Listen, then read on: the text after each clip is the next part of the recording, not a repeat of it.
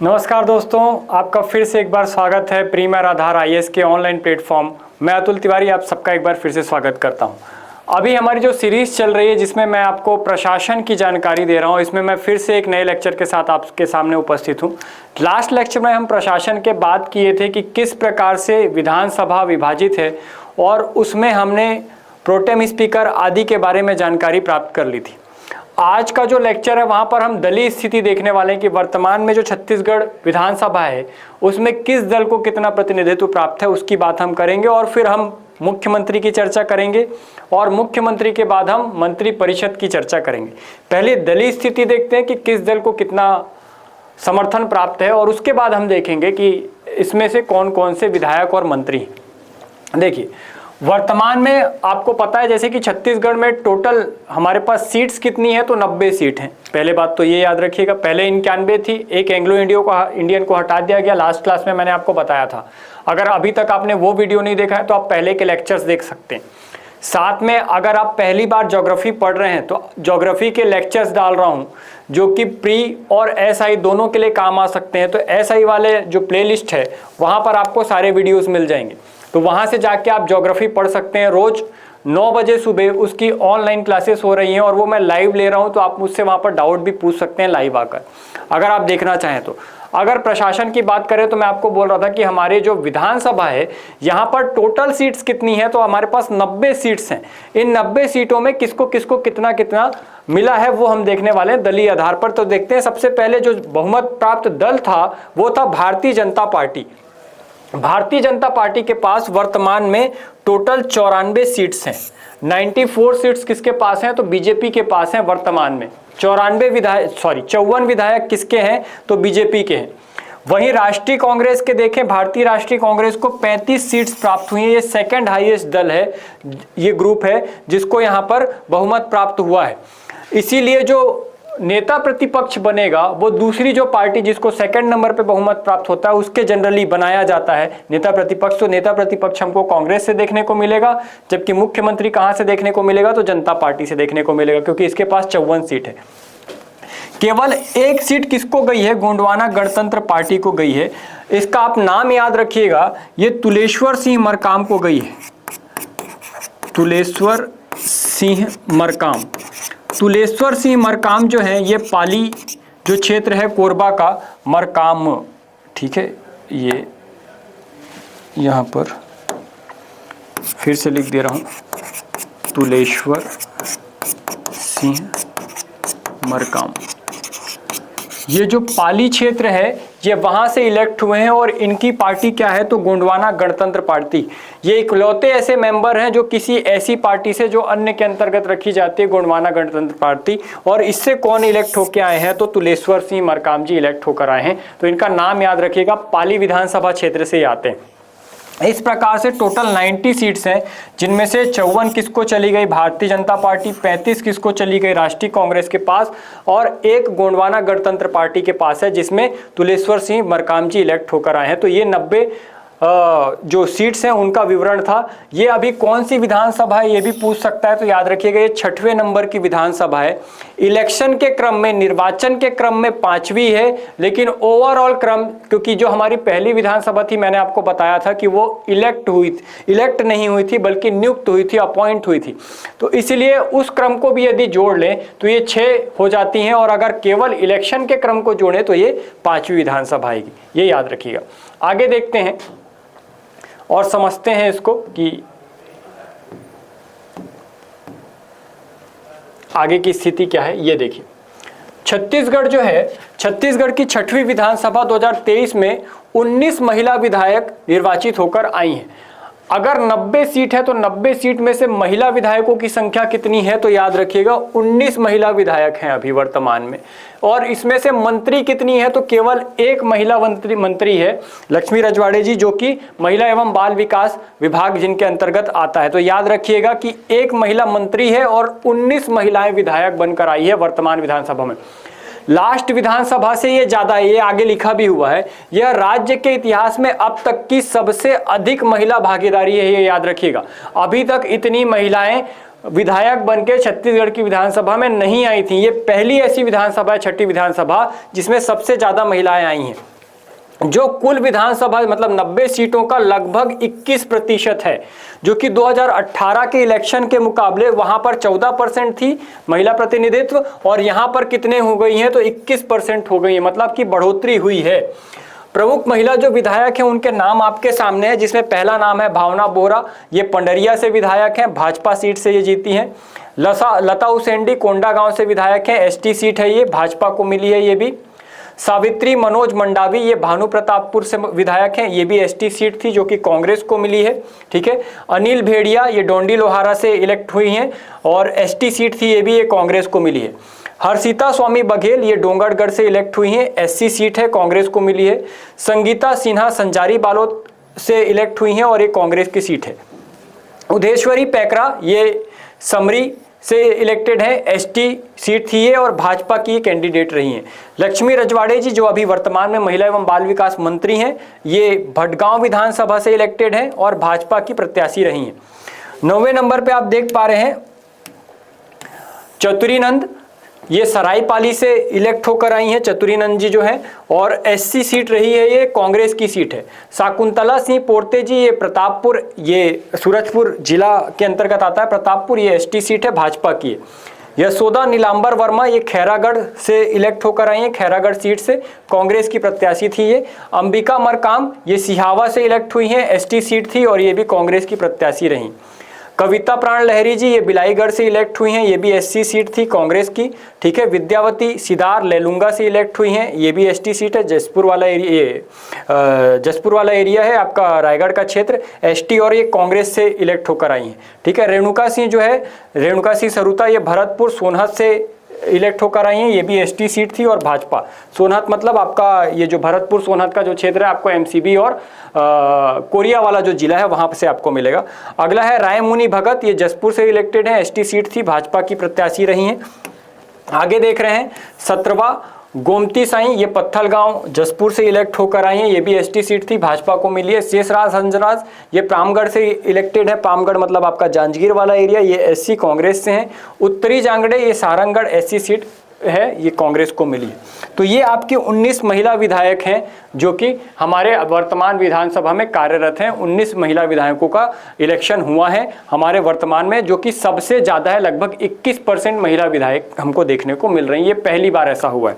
आगे देखते हैं, आगे चर्चा करते हैं। अब हम बात करने वाले हैं राज्य का मंत्रिपरिषद, जिसमें मुख्यमंत्री और मंत्रिपरिषद की हम मुख्य रूप से चर्चा करेंगे।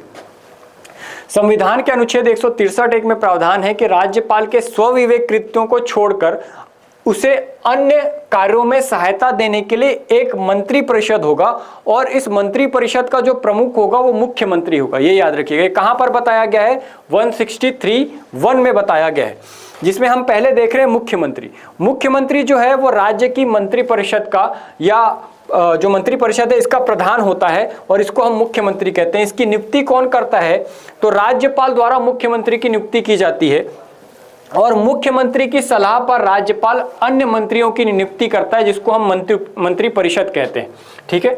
मंत्रियों के मध्य विभागों का वितरण भी जो है वो राज्यपाल मुख्यमंत्री के परामर्श से करता है, उससे सलाह लेता है और उसके बाद उनको विभागों का डिस्ट्रीब्यूशन करता है, वही डिसाइड करता है। और अगर इसके शपथ की बात की जाए तो किसी मंत्री द्वारा अपना पद ग्रहण करने से पहले राज्यपाल उसको पद और गोपनीयता की शपथ दिलाता है। तो मंत्रियों को शपथ दिलाने का भी काम किसका है? तो राज्यपाल का है। तो मुख्यमंत्री और मंत्री परिषद को शपथ कौन दिलाता है? तो राज्यपाल दिलाता है, याद रखिएगा। अभी ये मुद्दा जो है विवाद में था कि मंत्रियों की संख्या, आप देखेंगे तो हमारे संविधान में ये प्रावधान है कि किसी भी विधानसभा के कुल सीटों का 15% सीट मंत्री हो सकते हैं। ठीक है। अगर आप छत्तीसगढ़ में काउंट करोगे तो 90 सीट हैं और इसका 15% निकालोगे तो 13.5 के आसपास आएगा।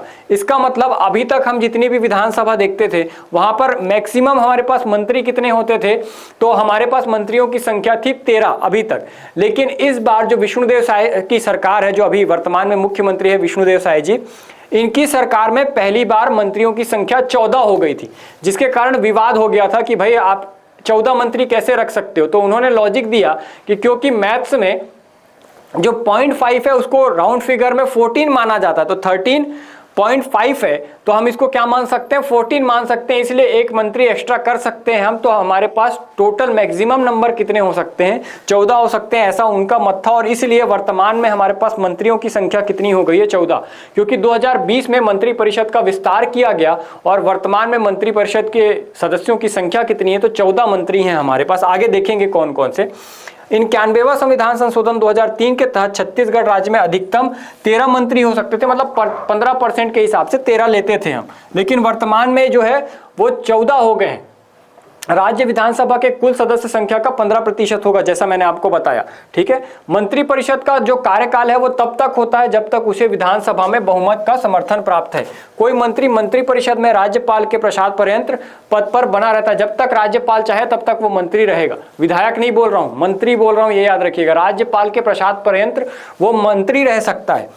कोई मंत्री निरंतर 6 मास तक राज्य विधानमंडल का सदस्य नहीं है तो वह मंत्री नहीं रहेगा। इसका मतलब क्या है कि हो सकता है कि हम किसी को क्या बना दें, मंत्री तो बना दें, लेकिन वो अभी तक विधानमंडल का सदस्य नहीं हुआ, तो उसके लिए 6 महीने के अंदर चुनाव करवाए जाएंगे। अगर वो इलेक्ट होकर आ जाता है तो वो अपने मंत्री पद पर बना रहेगा, अगर ऐसा नहीं होता है तो उसको मंत्री पद से हटा दिया जाएगा।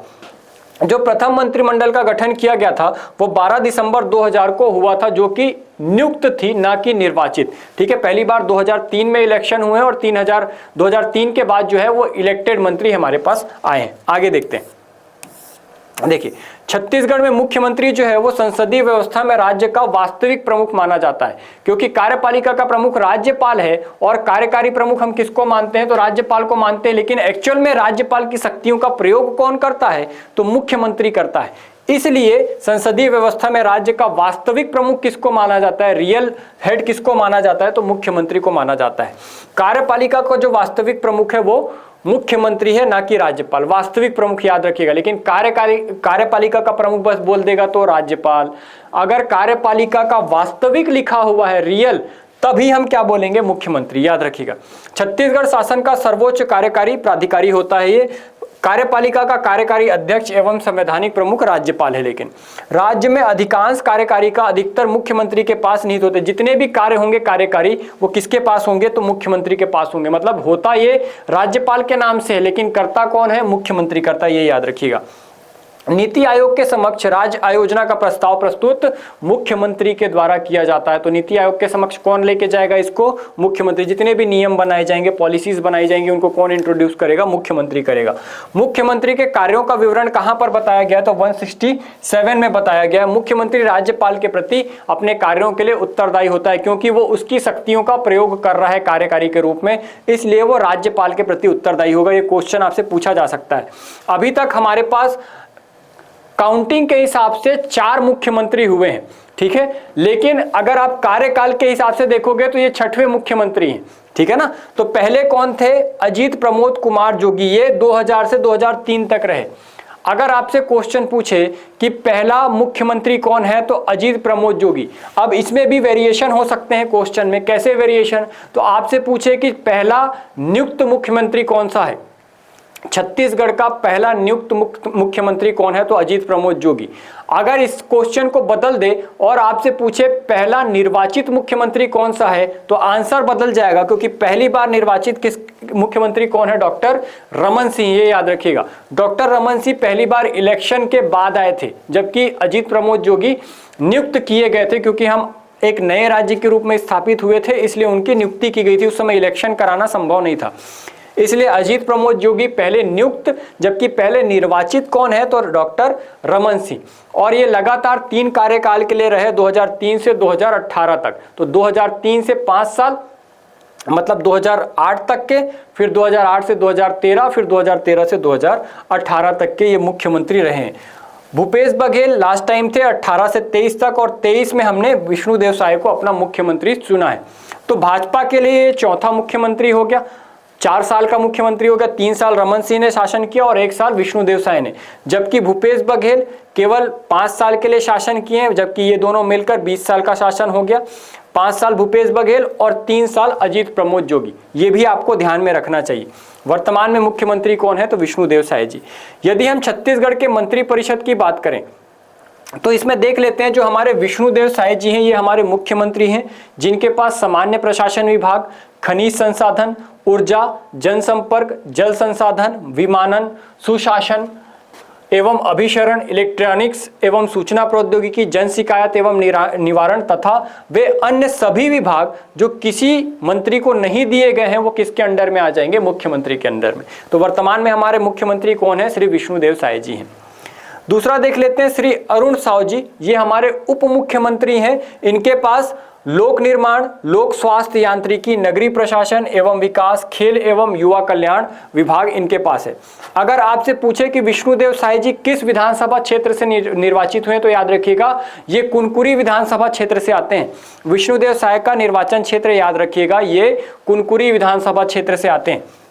फिर बात कर रहे हैं अरुण साव जी, ये उप मुख्यमंत्री, इनके पास लोक निर्माण, लोक स्वास्थ्य यांत्रिकी, नगरीय प्रशासन एवं विकास, खेल एवं युवा कल्याण विभाग है। ये भी याद रखिएगा कि जो भी उप मुख्यमंत्री है ये एक संवैधानिक पद नहीं है, ये हमारे संविधान में उल्लेख नहीं है इस पद का। ये हम दलीय स्थिति को बैलेंस करने के लिए, ताकि एक से ज्यादा यदि बड़े नेता हैं उस दल में तो उसको संतुष्ट करने के लिए हम उप मुख्यमंत्री बना देते हैं, लेकिन एक्चुअल में उप मुख्यमंत्री जैसा कोई भी पद हमारे संविधान में उल्लेखित नहीं है।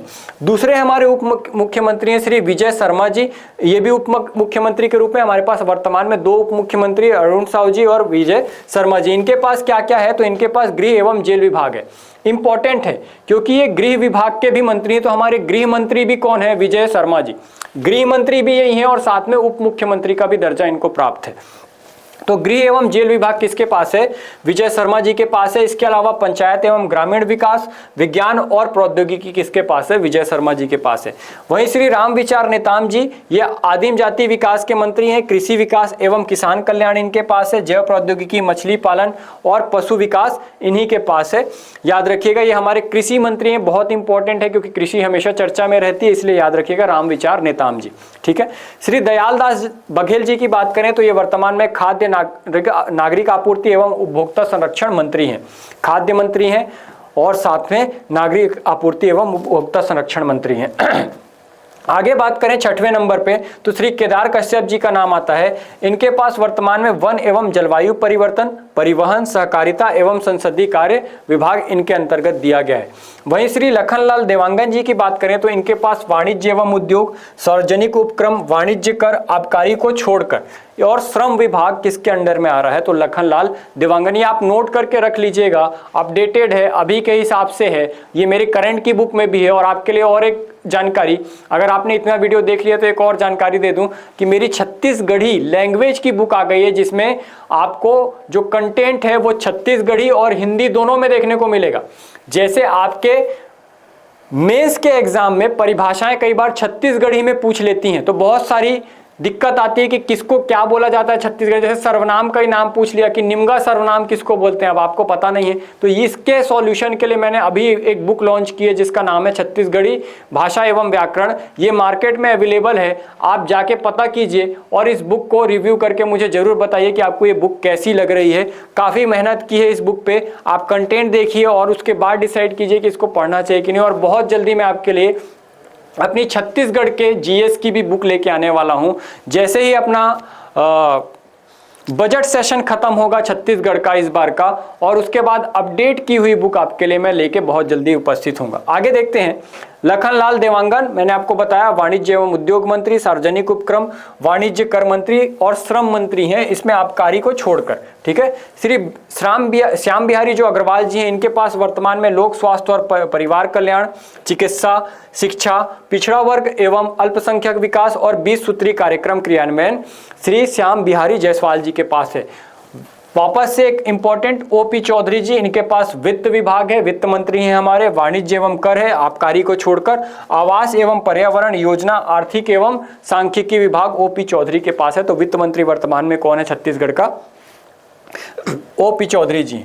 आगे देखते हैं श्रीमती लक्ष्मी रजवाड़े जी, इनके पास महिला एवं बाल विकास विभाग है, साथ में समाज कल्याण।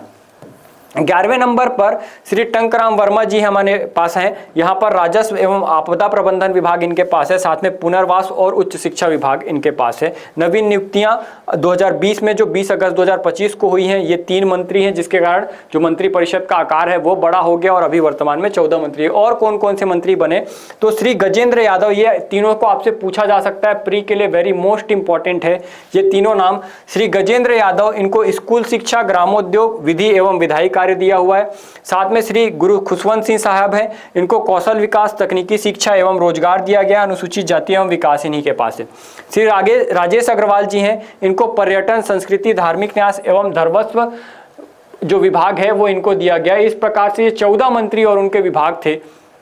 अगले वीडियो में हम फिर से मिलेंगे और उस वीडियो में हम जो हम कार्यपालिका पढ़ रहे हैं इसके सेकंड पार्ट मतलब प्रशासनिक कार्यपालिका के बारे में हम बात करेंगे, जिसमें हम मुख्य रूप से सचिवालय और साथ में सचिवालय के किसकी, तो सचिवालय के साथ निदेशालय की संरचना को समझेंगे और उसमें हम क्रम देखेंगे कि ऑफिसरों का जो अधिकारी होते हैं उनका क्रम क्या होता है। तो वो वीडियो आपके लिए इंपॉर्टेंट होने वाली है। बहुत जल्दी मैं उस वीडियो के साथ फिर से आपके सामने आऊँगा। आज के लिए इतना ही है। आप अच्छे से पढ़ाई करते रहिए, मन लगाकर पढ़ते रहिए। कोई भी डाउट है तो आप मुझसे कोचिंग में आके मिल सकते हैं। मैं आपके डाउट क्लियर करने के लिए हमेशा उपस्थित हूँ। धन्यवाद। आज के लिए इतना ही। डियर व्यूअर्स, अपने एग्जाम की तैयारी को और बेहतर करने के लिए हमारे चैनल को लाइक, शेयर और सब्सक्राइब करना न भूलें।